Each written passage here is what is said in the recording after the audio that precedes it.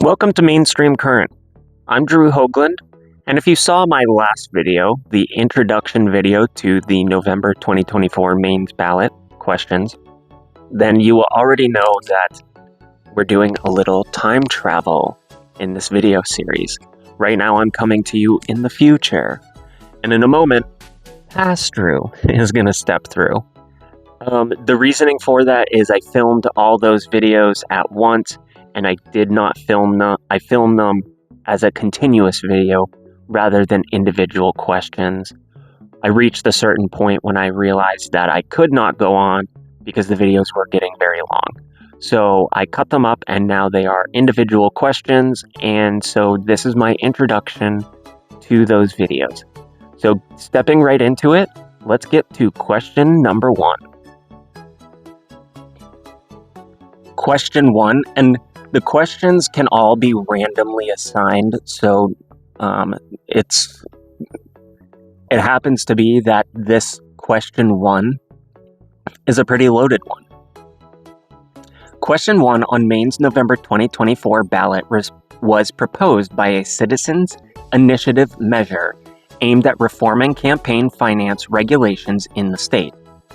It seeks to cap donations to political action committees, also known as PACs, that make independent expenditures to support or oppose candidates in elections.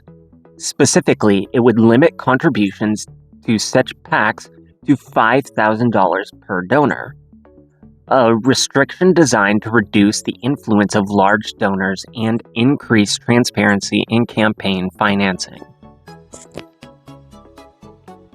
So I wanted to understand more of what that meant and the impacts of question 1, because surface level, a lot of these, they're designed to sound good. So of course they sound good.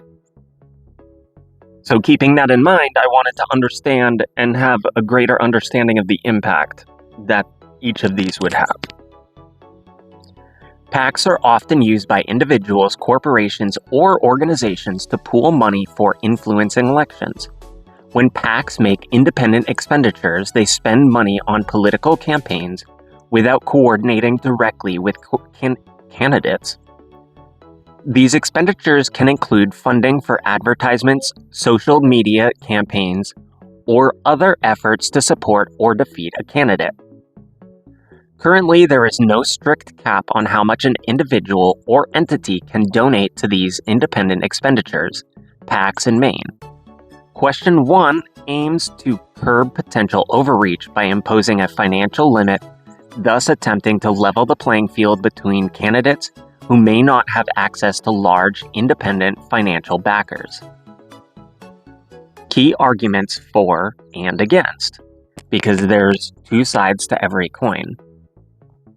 Proponents argue that this measure will reduce the impact of dark money in politics, where large, untraceable contributions flood elections, often drowning out the voices of smaller donors and grassroots efforts. By limiting donations, proponents believe this will restore accountability and encourage fairer elections. That does make me wonder, last year with CMP, Avangrid, Iberdrola, Qatari, BlackRock, if they couldn't just pump $35 million into campaigns against their question, what would have happened then?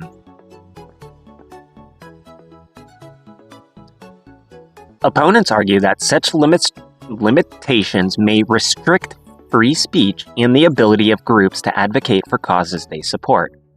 They also believe that PACs play a key role in facilitating political participation, particularly for organizations advocating on behalf of underrepresented groups. If passed, though, this law would introduce one of the more stringent PAC contribution limits in the country, aligning with a broader national movement to tighten campaign finance laws and increase oversight of political expenditures. Pulled from Maine.gov and Portland Press Herald. So that led me into skeptical mindset where I'm like, all right, if this is part of a broader push, Is that a good thing? Because constitutionally, each state is supposed to operate independently.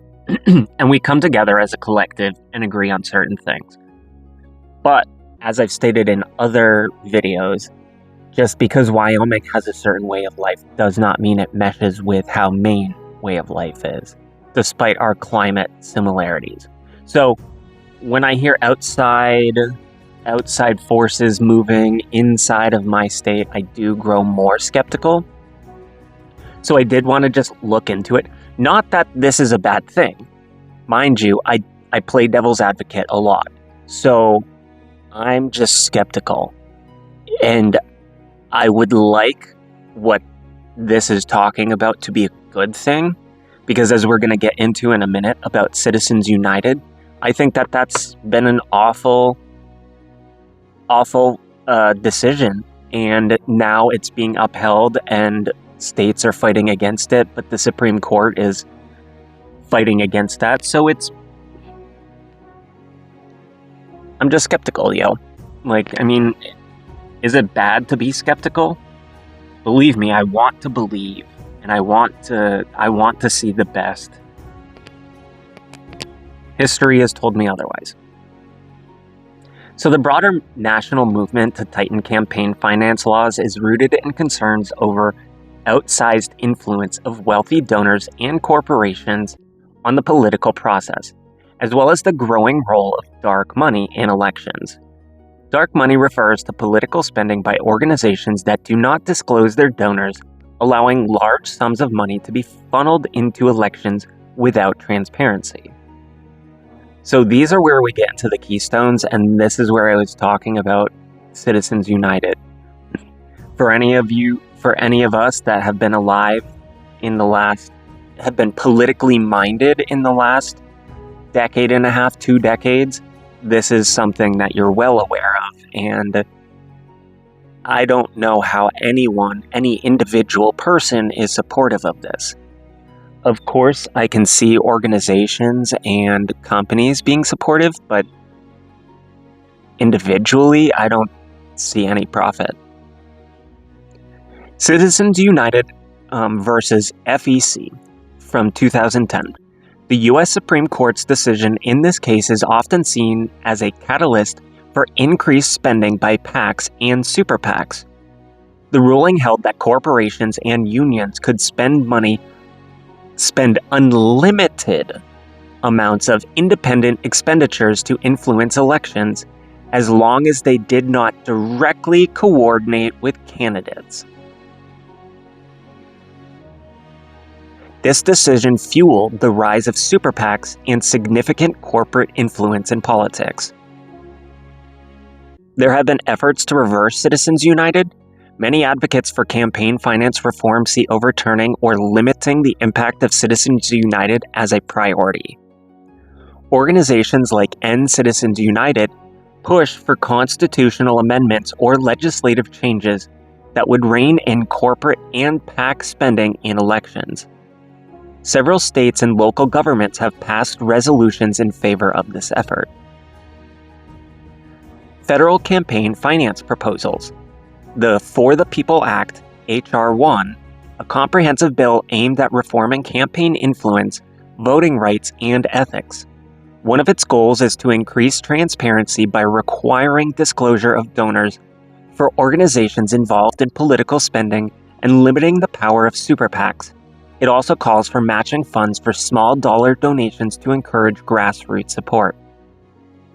The Disclose Act. This act would require organizations that spend money in elections to disclose their major donors, thus combating dark money.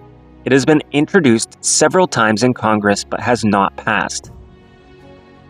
And then on a state level, there have been some campaign finance reforms, including Montana. In 2012, Montana tried to challenge Citizens United by upholding a century-old state law banning corporate spending in elections. But the U.S. Supreme Court struck it down. Nonetheless, Montana has since passed laws to increase transparency in political donations. California California has enacted some of the strongest disclosure laws in the country, requiring political ads to clearly state their top funders. And then when California is in line with this kind of thing, it makes me wonder how much they really disclose, because California has to be one of the most, if not the most, corrupt state in the US. That's just my own personal opinion. Me, Drew Hoagland's personal opinion. Again, I can't see how individually any of us would support these things. Again, I can see why companies would, and those beholden to companies, those that have sold their soul out for any amount of dollars, for any amount of fame or wealth or whatever they do it for. I can't imagine individual Americans, down to earth, humble, God-fearing Americans would be in support of this.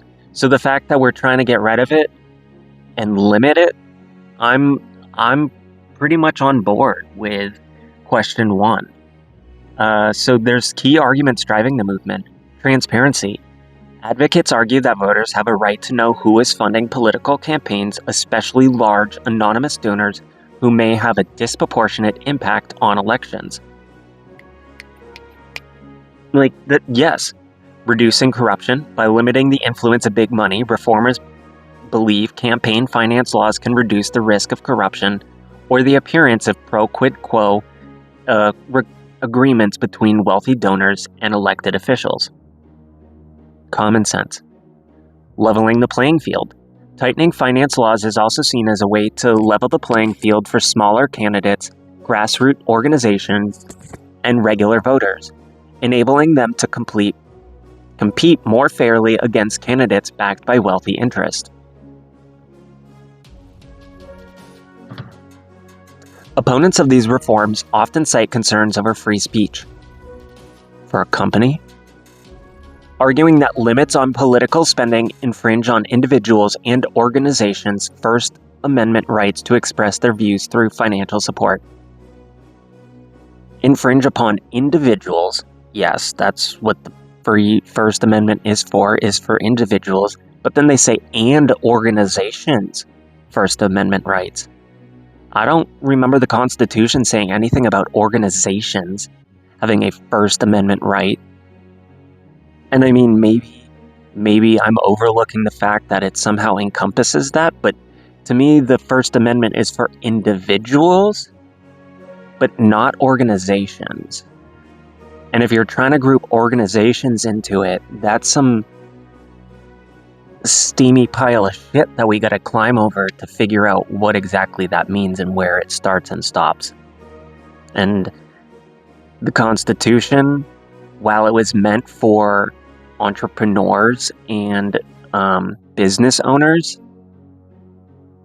I don't think that they meant to take it as far as organizations, companies, nonprofits, for-profits. Like, that's all outside of the realm.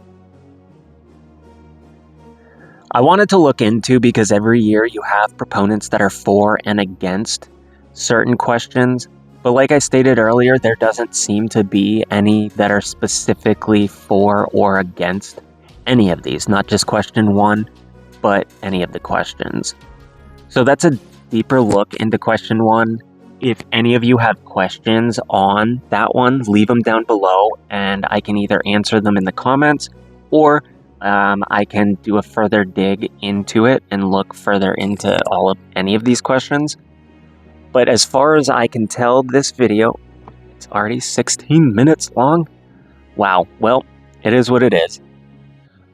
And so this is going to be a final video on ballot questions. We'll move more into individuals. But if you have questions, then I'll go ahead and answer them.